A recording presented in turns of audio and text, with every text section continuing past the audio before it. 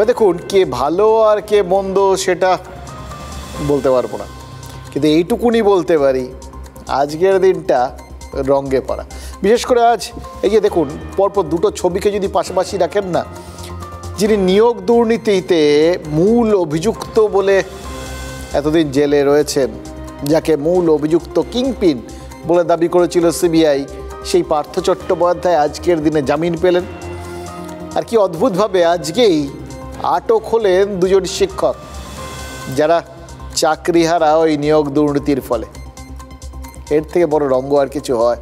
এরকম রঙে ভরা দিন কিন্তু খুব কম আসে। দেখুন, হ্যাঁ, পার্থ চট্টোপাধ্যায় এর মানে এই না যে আজকেই বেরিয়ে গটগট করে হেঁটে বাড়ি চলে গেলেন।